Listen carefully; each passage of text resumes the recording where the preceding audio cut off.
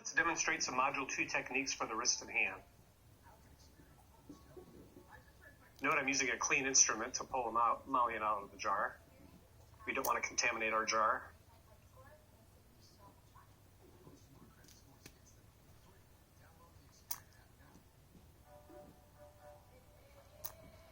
So earlier we demonstrated pin and stretch techniques to the forearm flexors and extensors. We can do that in the wrist as well. I like GT2, double beveled edge. So for the extensors, this would be shortened.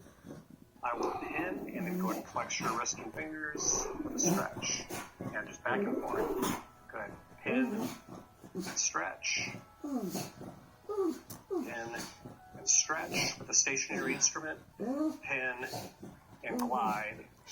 We move the instrument. Good. Likewise, we can do that on the flexor side. So this will be shortened with the wrist and fingers flexed and then open and extend. So we start in a shortened position, pin, good, and stretch, pin, and stretch, pin, and glide, pin, and glide. Very good. All right, next for the ligaments in the wrist, it may be difficult to do a friction with your finger or thumb. Very easy to do that with the tip of GT6. Again, remember, this is the one edge where the bevel edge is on the blank side, so we'll use this with the shiny side up. And we can use this to come in and do our strums with any of these individual ligaments. And again, let's talk about our ligament tendon protocol. We will start static unloaded. We will progress to static loaded by putting it on stretch or with an isometric contraction. So for an isometric contraction, you could have your patient squeeze a ball, maybe 5 seconds on, 5 seconds off. Okay? We could go dynamic, just flexing and extending just like you were earlier. Okay, back and forth. So this is going to be dynamic, unloaded.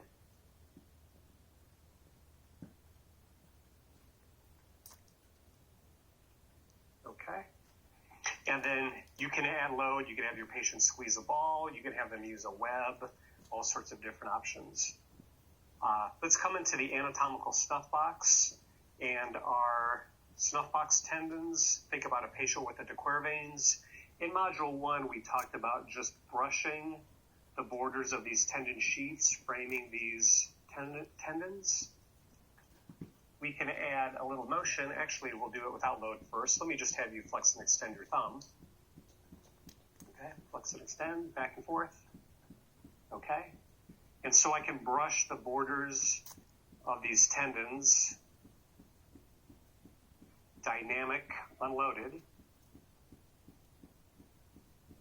We can add a little resistance. This comes from our partners at Varigrip. They make this nice variable resistance.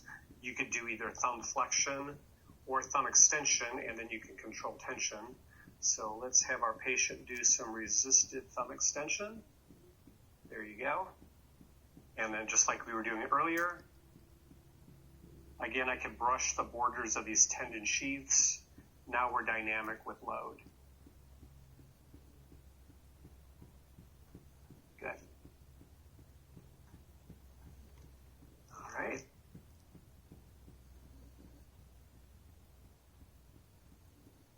We could come into the dorsal interossei. If you think about your acronym DAB and PAD, dorsal abduct, DAB. So this is a little different application of an interface rock. I'm going to take GT5. In between the metacarpals, I have to make sure I'm not too proximal. These carpals start sooner than a lot of people think, about right there. And I've got my fingers in his palm, my thumb on top of the instrument. I could do an interface rock. I could do a swivel where I move the top of the instrument back and forth. And then you can spread your fingers 5 seconds on and then relax for 5 seconds. And when you engage those dorsal interossei and abduct your fingers, you can feel that add a load to the tissue. Interface rock, interface scoop. Likewise, we could do this on the palmar side. now had your palmar interossei AD duct, but still you can have your patient flex and extend, open and close, AB-AD duct, interface rock. Maybe hard to do a scoop where the treatment edge moves, might be easier to do a swivel where the point of contact stays fixed, the top of the instrument moves back and forth. All right. We can come in and do individual ligament brushing and strumming with the tip of GT6. First, ulnar collateral ligament, very common gamekeeper's thumb injury. Again, we can brush and strum this static with no load. We could put it on stretch or even a little isometric resistance to add some load. We could go dynamic. You just flex and extend your finger and thumb, back and forth. You get the idea. Keep going, keep moving. And then again, we can add load with our little plunger here. Good. So now we're dynamic partial load. And realize you could do that to any of the collateral ligaments in the hand. A little different application of GT6, we can use this to do some joint blocking if you want to mobilize one of these IP joints. I'm going to take this instrument behind the joint and just use that as a fulcrum, and then I can distract and flex the joint. And I can do that to any of these little IP joints. So again, I'm using double beveled edge, get it right in the joint, and then that's our fulcrum. All right. We can do some guided radial deviation. So this is, if I had to call this something, I'd call it a pin and stretch, where I'm taking the double beveled edge of GT6 right at the base of that fifth metacarpal, pin, and then radially deviate.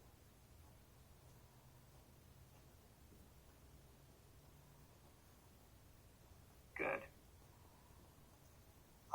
For trigger fingers, in Module 1, we just demonstrated static treatment. It makes sense to guide the tendon through the pulleys. The A1 pulley is where these typically get hung up. So you could just flex and extend your fingers.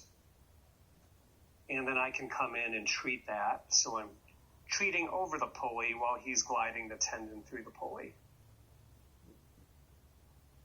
Good. Keep going. Good. And again, you could add resistance. You could maybe use a finger web, tie TheraBand around the fingers, anything like that you want to add load. I can come under these flexor tendons and do a little lift. And then again, let's have you add some motion while I do that. Good. And so then we could treat these flexor tendons dynamically.